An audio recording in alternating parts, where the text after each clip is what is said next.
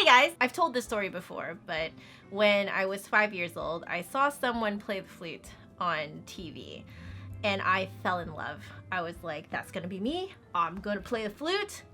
That's it. I never questioned it. I could not imagine a life without the flute. When I was around 15 or 16, somewhere around there, some fairly borderline traumatic things happened to me. I was one of those angsty, depressed teenagers. My family wasn't exactly the richest. I think we had thought of getting me to see a counselor, a clinical counselor, but we ended up taking me to see a Catholic nun. And it wasn't just me seeing the Catholic nun, the rest of my family also went to go see this Catholic nun. And she's the sweetest lady ever. In the first meeting with her, I was challenged with the question, who are you without the flute? Because every time she asked me about myself, I always said, well, I play the flute in this orchestra. I've been playing the flute for this long. And she was like, but who are you? God forbid if your fingers broke and were irreparable, if the doctors suddenly told you that your lungs could no longer play the flute, would you still be you? I could not get over that question for the longest time. I swung from one side of the pendulum where before this question was posed to me, I was like, I am the flute and the flute is me. And I swung all the way to the other side of the pendulum and I was like, I only want to play the flute when I actually have to practice it. I only want to play the flute at rehearsals. I only want to play the flute at lessons. Hindsight is always 20/20. I don't think that that was the correct response, but it happened, and I'm just telling you guys that this happened to me. Being on this side of the pendulum did make me realize a couple of things. I didn't actually want to be going to rehearsals for the rest of my life, like every day. I am in an orchestra right now. It's a local orchestra, but we only meet 5 or 6 times in a season, and we do 4 rehearsals, and then we do the concert. It's not as huge of a time commitment as a lot of other orchestras are. This works for me. But that aside, in terms of listening to classical music for fun, I only ever would hear the stuff that my brother would play for fun. My brother is a huge classical music aficionado. He has like a larger library than I do, but I never actually really listened to stuff on my own because I was trying to find this part of me that has nothing to do with music, with classical music, or with flute music. I was very reluctant to compete in local competitions. I realized that,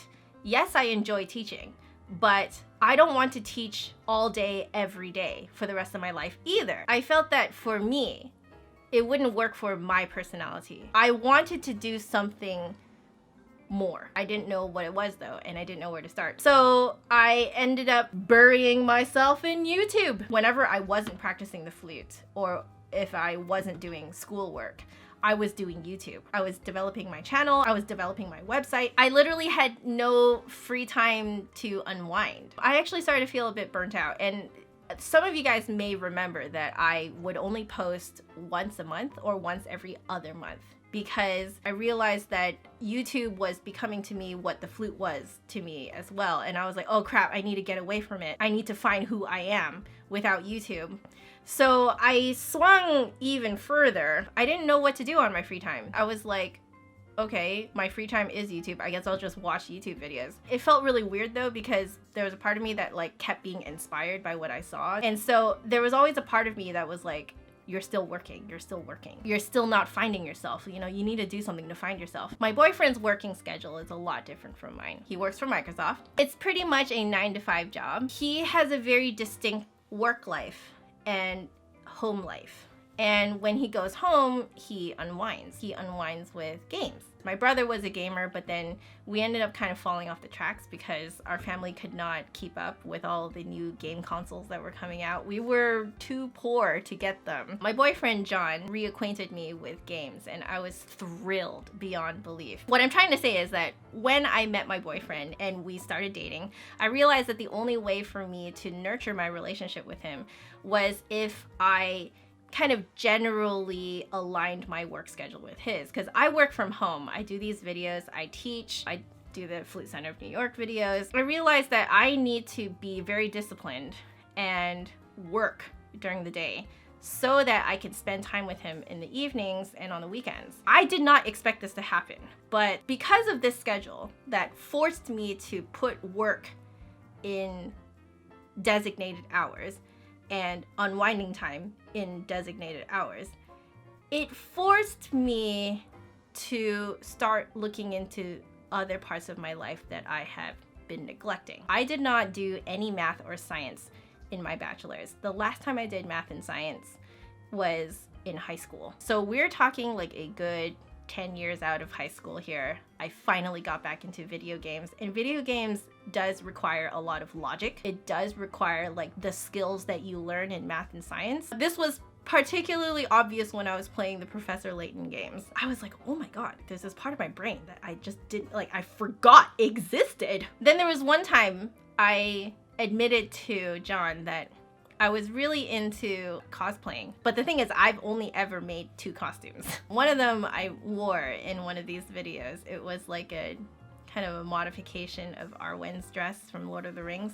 But the thing is, I really want to make super accurate costumes. It's been a dream of mine for the longest time, but I just kind of neglected it and put it off to the side because I was just filling my life with only flute and YouTube. We have started to attend cosplay panels at PAX, which is like big video game convention here in Seattle. And then of course there's the other part of me that is the artist. I have not painted a single thing since high school, and I realized recently that I actually really want to get back into it. There's actually 2 canvases sitting there. If you look in my previous videos, those 2 canvases have been sitting there this entire time, and I just have not actually busted out my paints to paint on them. Just recently, I just realized that, like, you know, Joanna, like, you can't neglect that part of you. There's that whole visually creative side of you that you need to pay attention to, because that is also part of you. If you find that work-life balance, you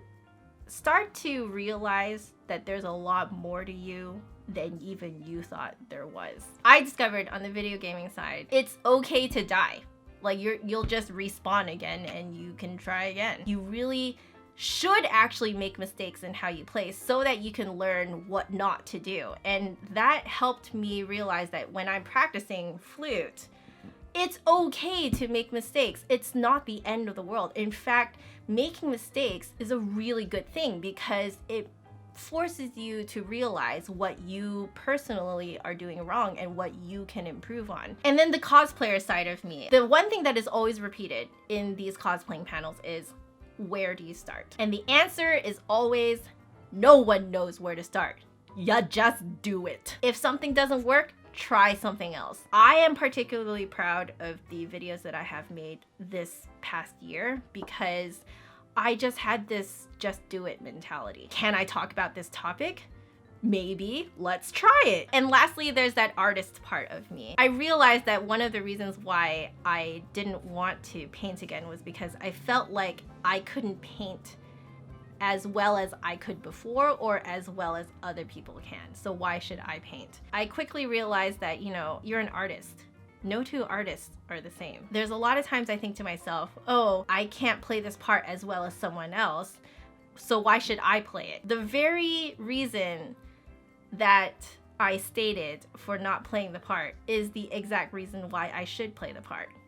I should play the part because I can't play it like this other person. But that also means that that person can't play it like me. And if people want you to play it, it means that they want your style of playing it. It was a huge revelation to me. It just helped me loosen up and realize that I can try my own interpretation, that I am allowed my own interpretation, while keeping in mind the historical context and the music theory behind what I'm playing. You will find that if you try to pull off someone else's interpretation of music, that it just falls flat. It's totally great to be inspired by another person's interpretation of music, but you will quickly find that you cannot replicate it exactly. It's art. You cannot replicate art. Drawing all this to a conclusion, I just want to tell you guys to not limit yourself to only your craft. I'm just assuming that if you're watching this video that you are an artist of some sort.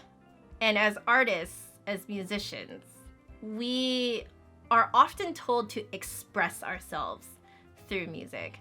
But the thing is, what is there to express if you don't know what the person inside of you is? You can't express something that you don't know. Find that work-life balance. Don't be like me though, and don't completely neglect your craft. Work when you need to work, but then when you don't need to work, really try and find other parts of you that have been neglected and develop them. Get to know yourself in all of your layers and all of your facets, because when you start to discover other parts of yourself, you will find that in really weird ways, it will actually help you hone your own craft even more. And let me tell you, playing music is going to be very different after you get to know yourself. I hope that that lived up to your expectations. But of course, if you guys have any further questions, please leave it down in the comments below. If you have similar experience, please also share that in the comments below so we can work together to figure out what's going on and how we can approach life. As usual, if you guys like this video, make sure you give me a big thumbs up and hit subscribe for new videos every Saturday. My last video is over there, and if you guys want to catch me during the week, my social media networks are down there. But otherwise, I will see you guys next week. Bye. I've been taking these garlic pills, and they don't actually taste like garlic when you take them, but like after a couple of hours, if you have not eaten something, holy crap, that taste comes right back up.